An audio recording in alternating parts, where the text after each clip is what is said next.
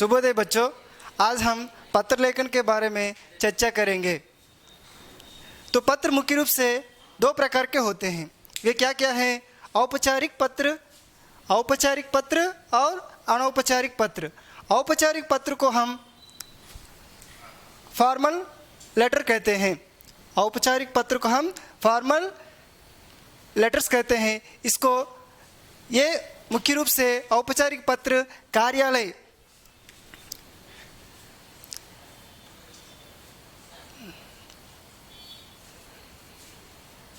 कार्यालय, शासन आदि के लिए इन पत्रों का प्रयोग हम कर सकते हैं। और अनौपचारिक पत्रों को हम भाई बंधुओं, रिश्तेदारों,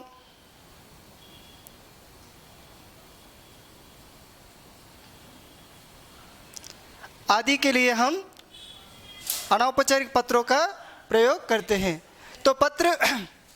तो औपचारिक और अनौपचारिक पत्र मुख्य रूप से खासकर दो प्रकार के होते हैं।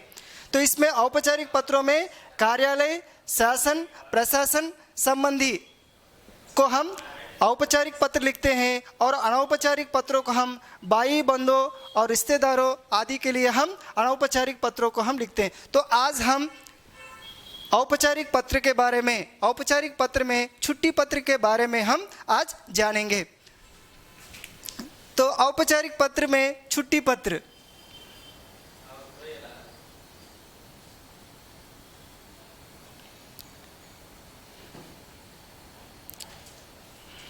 तो पत्र लिखते समय ध्यान देने की बात है कि पत्र में स्थान और दिनांक, पत्र के दाईं ओर लिखा जाता है। उदाहरण के लिए हम श्रीकाकुलम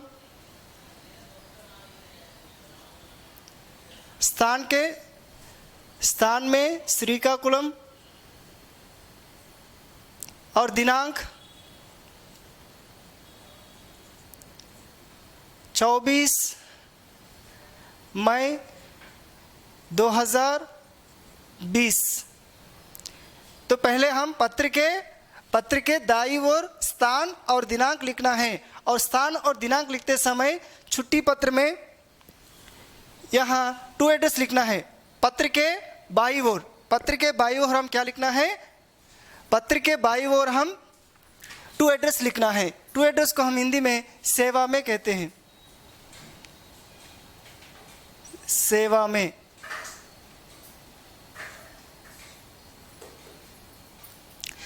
हम पत्र किसको लिख रहे हैं? उदाहरण के लिए हम प्रधानाचार्य के लिए लिख रहे हैं तो श्रीमान प्रधानाचार्य जी, श्रीमान प्रधानाचार्य,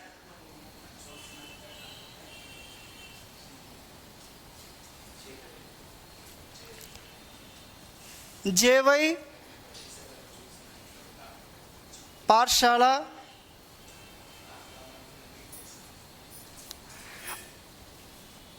आर.के. नगर,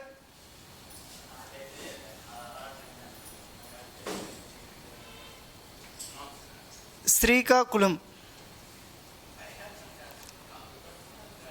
तो हम औपचारिक पत्र में हम आज छुट्टी पत्र के बारे में जान रहे हैं। तो औपचारिक पत्र में पहले स्थान और दिनांक लिखना है। स्थान माने हम जहाँ से पत्र लिख रहे हैं उस स्थान का नाम लिखना है। और स्थान लिखते समय स्थान के बगल में अल्पविराम चिन्ह को हम रखना है। और उसके बाद दिनांक माने पत्र हम जब लिख रहे हैं उस दिन का दिनांक लिखना है, 24 मई 2020। और इसके बाद हम जिसको लिख रहे हैं पत्र उसका पता लिखना है। तो हम यहाँ पत्र किसको लिख रहे हैं? प्रधानाचार्य जी के नाम लिख रहे हैं, इसलिए सेवा में मीन्स यहाँ टू एड्रेस, श्रीमान प्रधानाचार्य जी, जेवई पाठशाला, आर.के. नगर और श्रीकाकुलम। ये छुट्टी पत्र का प्रारूप है। प्रारूप माने स्ट्रक्चर। तो इसके बाद स्थान लिखे हैं, दिनांक, और उसके बाद सेवा में, और यहाँ संबोधन लिखना है। संबोधन हम यहाँ किसको लिख रहे हैं? प्रधानाचार्य को, इसलिए यहाँ माननीय महोदय, माननीय महोदय, अल्प विराम, सादर प्रणाम। यहाँ जो छुट्टी पत्र दिया गया है, सारे के सारे छुट्टी पत्रों को प्रारूप यही होगा। मैंने यहाँ उदाहरण के लिए, यहाँ बहन की शादी में सम्मिलित होने के लिए 3 दिन या 4 दिन या 5 दिन या 1 सप्ताह की छुट्टी मांगते हुए प्रधानाचार्य जी के नाम पत्र लिखे, वैसे भी पूछ सकते हैं। नहीं तो आपके दादी माँ की तबीयत ठीक ना होने के कारण छुट्टी मांगते हुए प्रधान अध्यापक जी के नाम पत्र लिखे, वैसे भी पूछ सकते हैं। माने जो भी छुट्टी पत्र हो, प्रारूप यही होगा। छुट्टी पत्र के लिए प्रारूप यही होगा। प्रारूप माने स्ट्रक्चर। और पहले हम लिखा स्थान, और उसके बाद दिनांक, उसके बाद हम पत्र जिसको लिख रहे हैं उसका पता। यहाँ हम प्रधानाचार्य जी के नाम लिख रहे हैं। कहाँ से लिख रहे हैं? जेवी पाठशाला से लिख रहे हैं। वो कहाँ है? आर.के. नगर, श्रीकाकुलम में। तो यहाँ संबोधन के रूप में हमने क्या लिखा? माननीय महोदय, सादर प्रणाम। यहाँ यह संबोधन है। इसके बाद पत्र का विषय क्या है? पत्र का विषय के रूप में हम यहाँ लिखेंगे सेवा में, सेवा में निवेदन है कि, निवेदन है कि मेरी बहन की शादी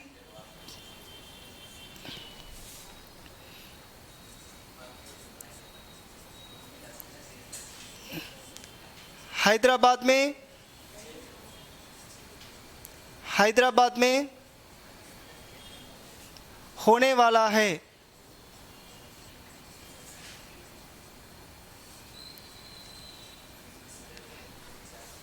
इसलिए मुझे वहाँ जाना अनिवार्य है।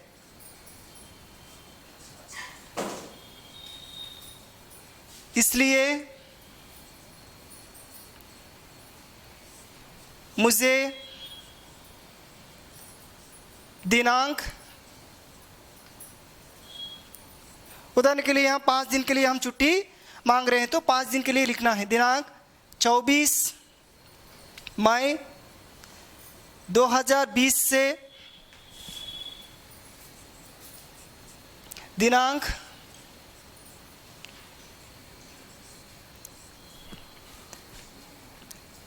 28 मई 2020 तक 5 दिन की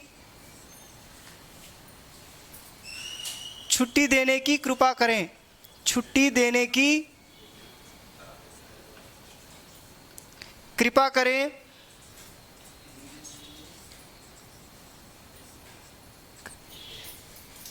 इसी को हम कहते हैं अंग्रेजी में बॉडी ऑफ द लेटर। माने पत्र का मुख्य विषय को हम यहाँ लिखना है।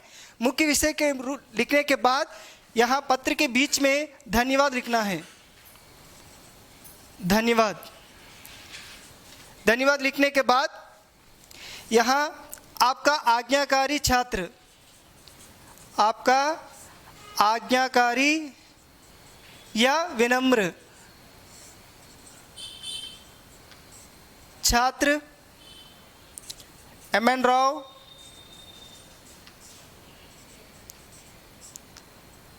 दसवीं कक्षा।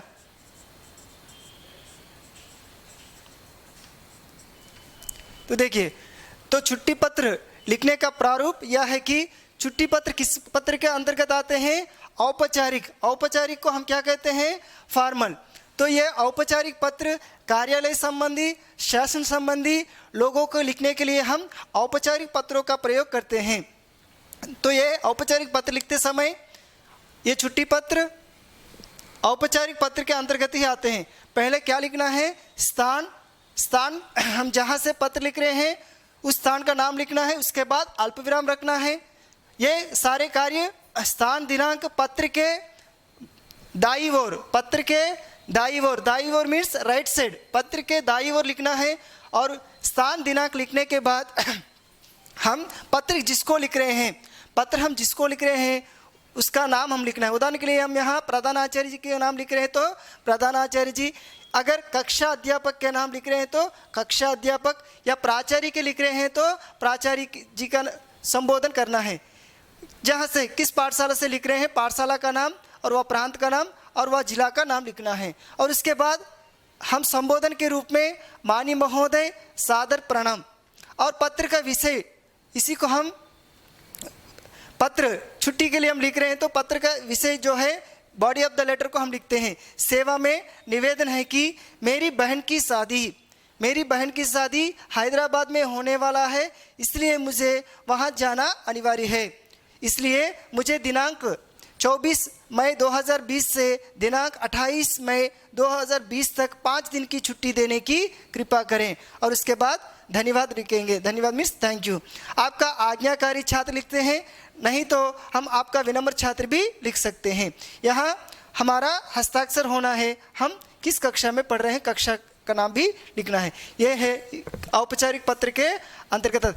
यही छुट्टी पत्र को हम और एक प्रश्न के रूप में भी पूछ सकते हैं। उदाहरण के लिए, आपकी दादी माँ का तबीयत ठीक नहीं है, इसलिए 5 दिन की छुट्टी मांगते हुए प्रधानाचार्य के नाम पत्र लिखिए। तो यहाँ प्रारूप जो है पत्र का, छुट्टी पत्र का प्रारूप, जितने भी पत्र छुट्टी पत्र पूछे जाते हैं सब छुट्टी पत्रियों का प्रारूप माने स्ट्रक्चर एक जैसा ही होता है। तो परीक्षाओं में परीक्षाओं में हमें 2 पत्र दिए जाते हैं, एक औपचारिक पत्र और दूसरा अनौपचारिक पत्र। इन 2 पत्रों में एक पत्र अनिवार्य रूप से लिखना पड़ता है। अनिवार्य रूप से ये 2 पत्रों में एक अनिवार्य रूप से लिखना पड़ता है, इसलिए हम एक पत्र सीखना अत्यंत आवश्यक है। तो और एक पत्र हम लिखेंगे, सेम होगा, लेकिन यहाँ जो विषय जो है, विषय में बदलाव आएगा। उदाहरण के लिए,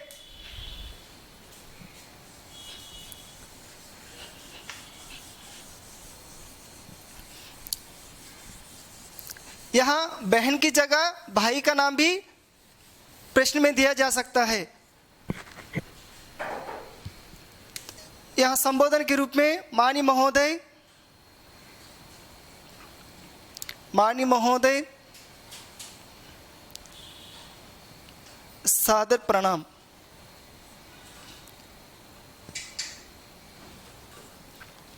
सेवा में निवेदन है कि सेवा में निवेदन है कि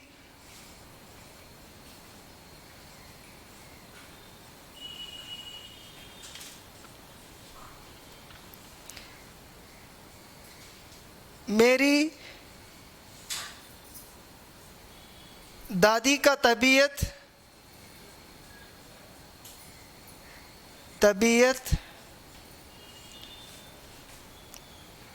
2 दिन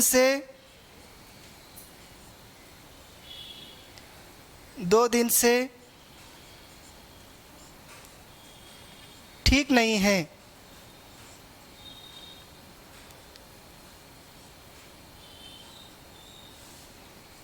इसलिए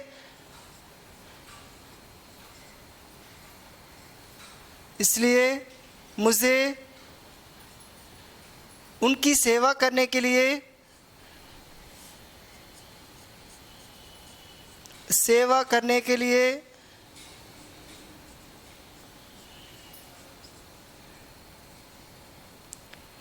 घर में रहना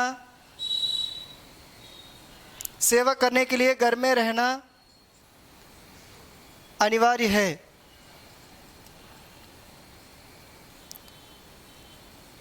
इसलिए मुझे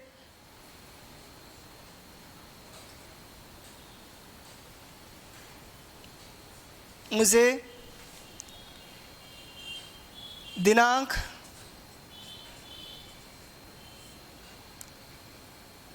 24 मई 2020 से 26 मई 2020 तक छुट्टी देने की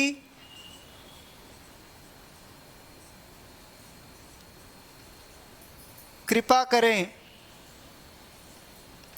यहाँ लिखना है, बीच में लिखना है धन्यवाद।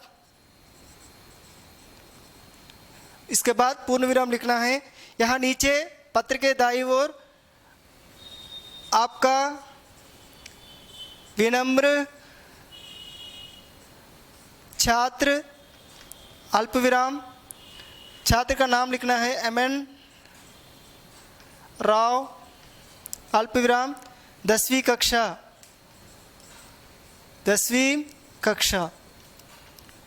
तो यहाँ हम 2 छुट्टी पत्रों के बारे में हम चर्चा किए हैं। एक है भाई या बहन की शादी में सम्मिलित होने के लिए छुट्टी मांगते हुए प्रधान अध्यापक जी के नाम पत्र, और आपकी दादी, दूसरा पत्र आपकी दादी माँ का तबीयत ठीक ना होने के कारण उनकी सेवा करने के लिए 3 दिन की छुट्टी मांगते हुए प्रधान अध्यापक जी के नाम पत्र लिखे। मैंने यहाँ दोनों पत्रों का प्रारूप जो है, स्ट्रक्चर जो है, एक जैसा ही है।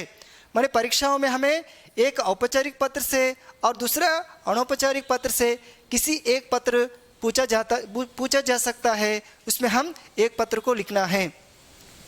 तो यहाँ हम बच्चों, आप क्या करेंगे, छुट्टी पत्र घर में ध्यान से पढ़कर, छुट्टी पत्रों का प्रारूप जो है अपने ध्यान में रखकर अपने घर में क्या करना है, आप लोग बिना देख के छुट्टी पत्र को हम अभ्यास करना है। आपका जो अभ्यास पुस्तिका है, उस अभ्यास पुस्तिका में बिना देख के छुट्टी पत्र का अभ्यास जो है आप करेंगे। ओके, धन्यवाद।